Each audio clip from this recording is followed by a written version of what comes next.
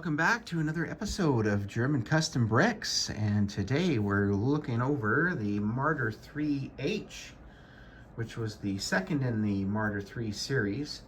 There was an M and then another one.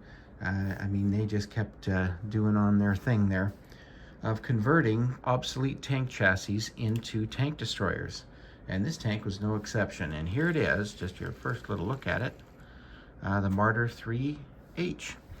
And just some interesting things about it. What is it? Now, there's not loads of features on this just because it is a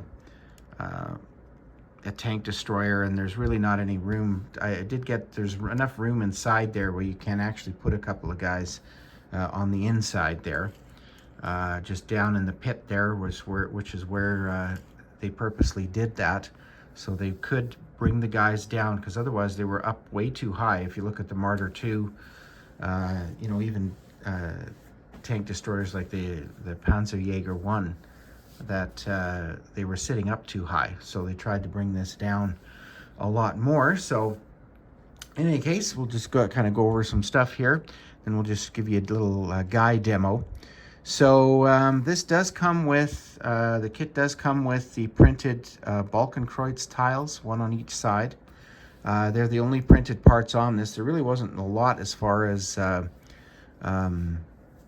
decals, tactical markings or whatnot. There wasn't a lot on these anyway. It just depends on where you go. Some artwork shows more details, but a lot of the stuff, even the ones that are still in existence right now, do not have any markings on them. Now, they may have taken them off as part of restoring the vehicle without having anything on it, but that we may never know in that regard. But anyway, so I think I did talk about some of this before, is that I decided the actual scale size of the road wheels, for instance, was actually the size of this 22th gear, but when you look at the real one, it actually has that rubber around the edge of the road wheel, and I couldn't resist but add that onto there, so it at least looks more realistic.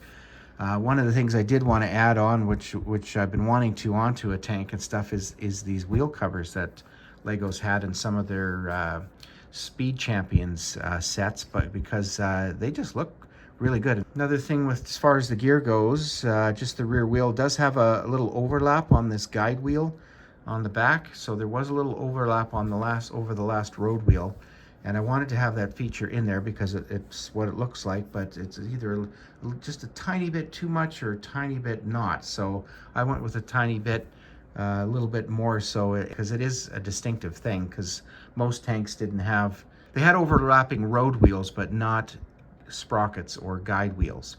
So that was one interesting difference about it. There's only two stickers on the front, and that is the viewports down below for each side, the driver and then the gunner there. And I think, what else we got? Not too much else. So other than the road wheels and such, the gun has just amazing elevation and depression. So if you're doing your mock and you need get some good distance in there, or maybe just kind of peek over top of a hill, kind of like so, then you can really aim down at the opposing forces very easily. It's very good that way. And it was definitely a challenging build as far as the shield goes. I had lots of playing around with this one to kind of get where I wanted it, but so it does have that. It also does have a traverse here, and if you kind of just grab it by the top, you can actually rotate it. Let me just get it here.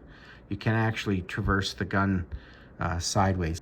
Now, just to kind of give you a little demo how they would, from what I've seen in historical pictures and such. Now these two reddish brown modified tiles, they actually had a couple of seats on the edge there. So you could actually take a guy, which I'm going to do right here, take a dude, and then sit him down there. And that he just sits nicely on there. You can get a guy on each side, or you can have a guy down inside, right beside the gun, loading it and firing it. And then you have, of course, your spotter out there, and that he's just kind of keeping an eye on things, looking for targets, that sort of thing. Plus, although these are, just to show you this, these are 88 millimeter shells. Now, they are actually too big for this gun, but just for demonstration purposes, they just lay out a lot of these shells just right on the back there. They actually are pretty much this length. They're really skinny shells, but boy, they had high penetration, armor piercing, composite, rigid, if you want to say it like that. So they just dump all their shells out there while they're loading, because it could carry some. So somewhere in the side, inside of the shield, there's not a lot of room there to put those things, and keeping the scale, the width and the length and the height down as much as possible to the right size. They had shells all in this thing, and I think there was some 30 plus shells in this thing, so they could be out there in the field for a while. But this was not a vehicle that was used in frontline combat, that you'd rush into the battle up at the front. It was usually used as an overwatch, or you know, because its defensive capability was very minimal. I think the shield armor, this horseshoe shape that they had around this, was like, I don't think 10 to 15 millimeters or something. It's like really bad. So it was only meant for shrapnel and small arms fire, but it was always part of these open top concepts. So our really crew protection wasn't all that great. So yeah, that was about the lowdown on it. But this is the Panzer 38T chassis. They had a lot of these when they became obsolete after the invasion of the Soviet Union. In 1939, 40, 41, they realized that these things just could not keep up anymore. And that's, of course, when we got the Tiger was going on. Even the Panther was already started in production as well.